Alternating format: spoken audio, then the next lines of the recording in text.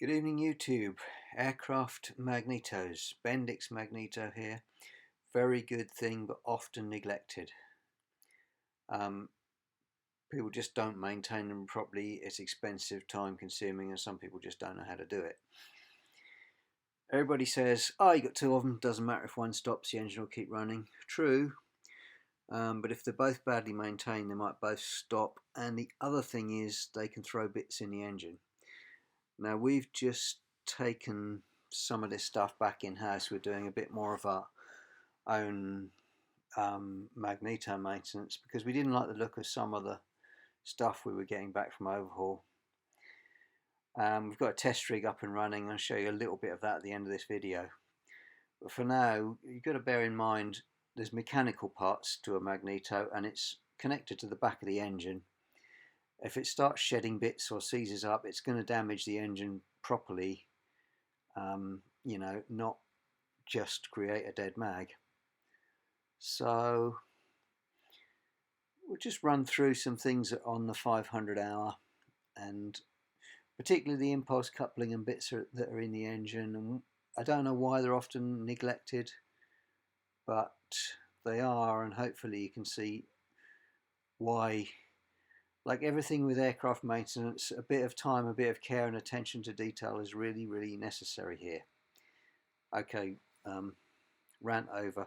Just pressing in a new oil seal there. We'll get all new gaskets and seals as part of the process.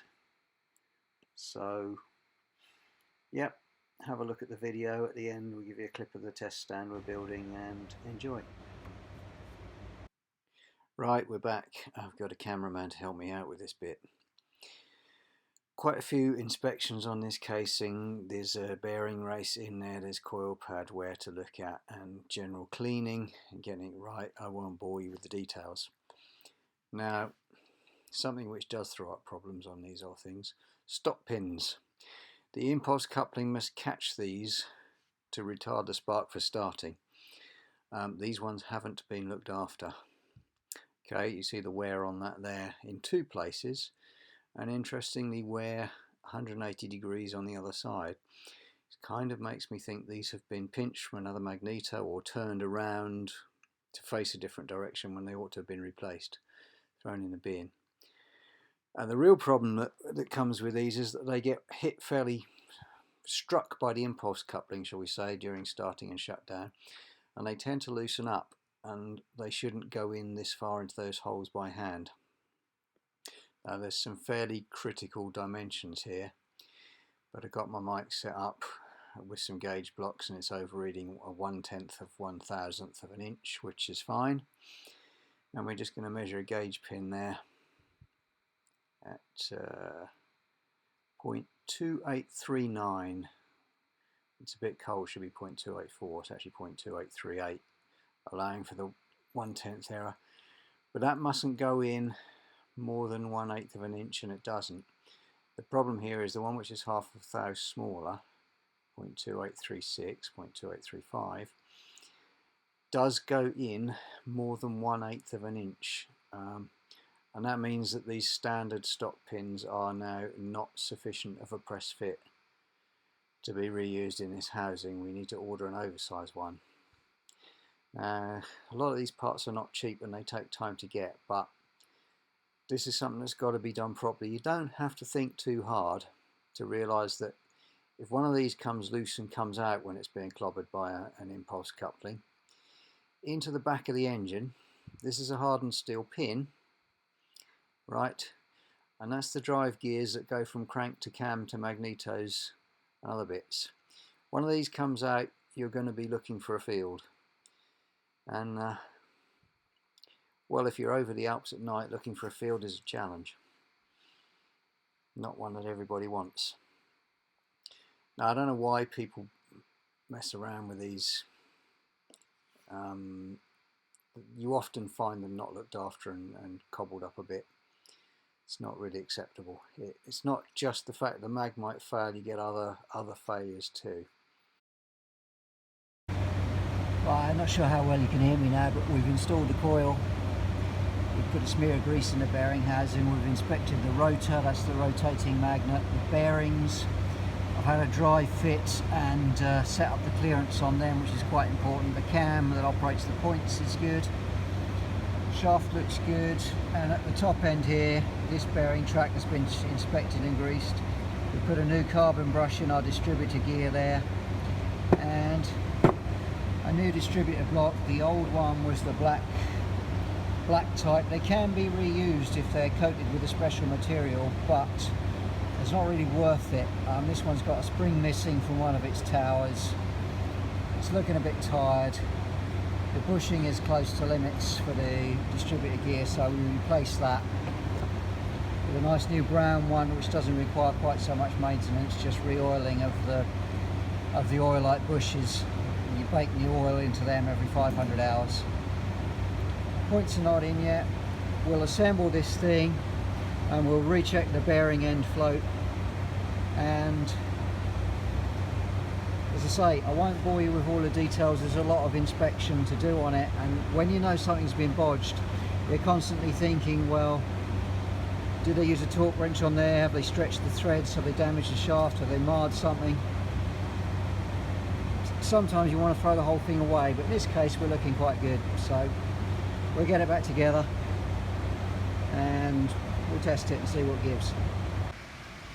Alright, I've installed a new contact assembly there, new points which you can just see there, and just setting them up with a little device that tells me the opening time of the points relative to the magnet position, and it beeps there on 10 degrees.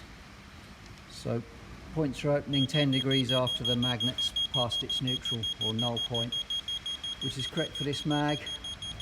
Got a nice new distributor, all set up nicely inside. Should be good. We'll quickly show you the impulse coupling and we're done. Okay, we're taking a final look here at the bearing end float.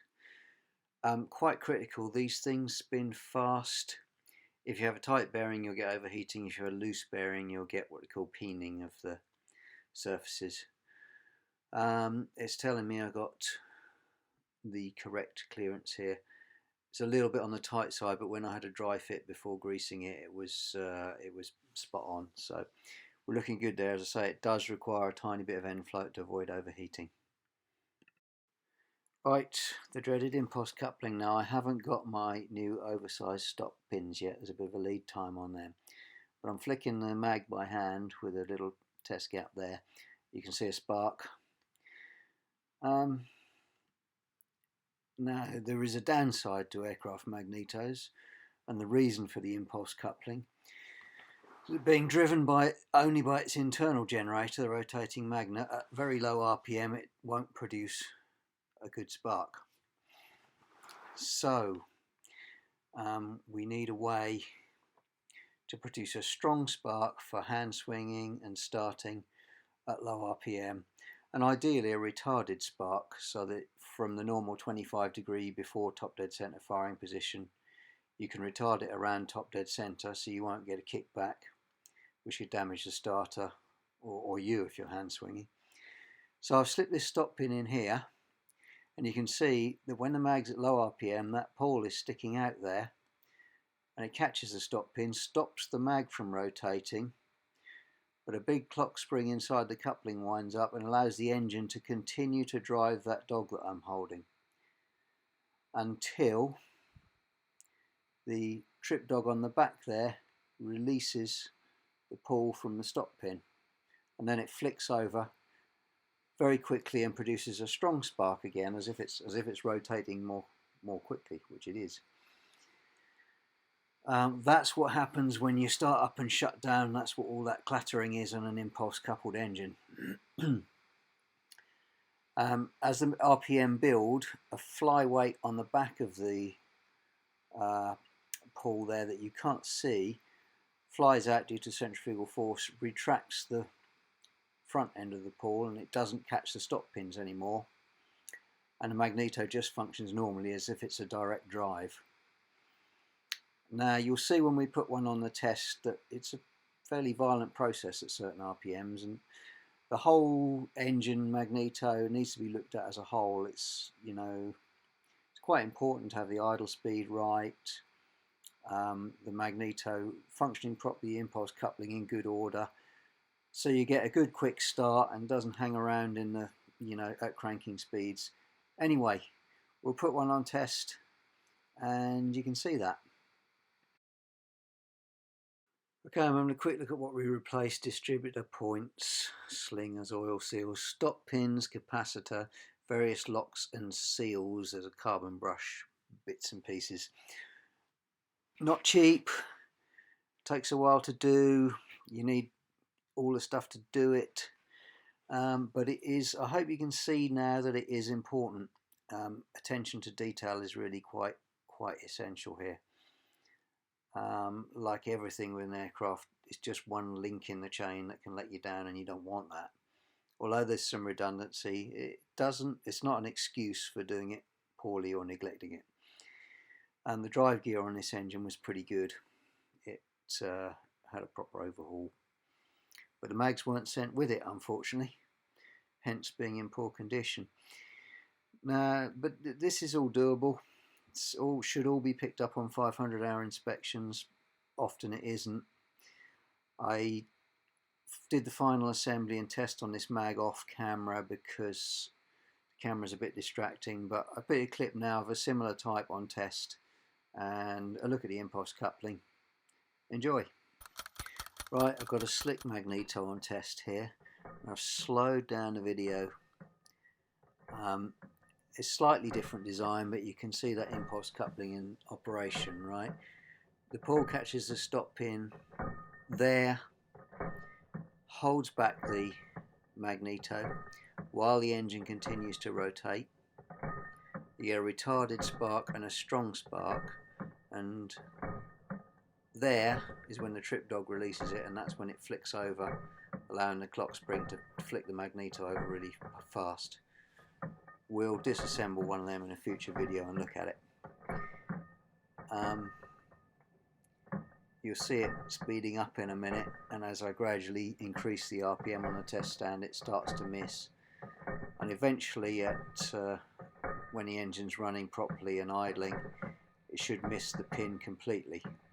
As I'm gradually increasing the RPMs, it's starting to miss there.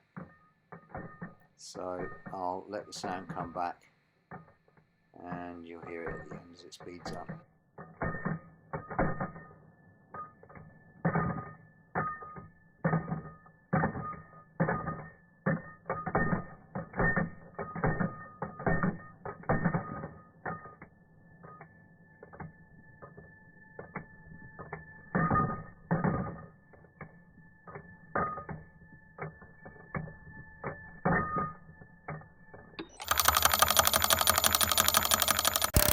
Right, here's some footage of a test we did when we were building our test stand. It's not quite finished yet.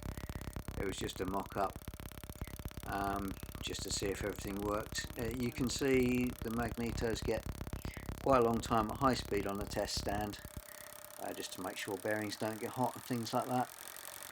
And at the end of the test, they should be in good order.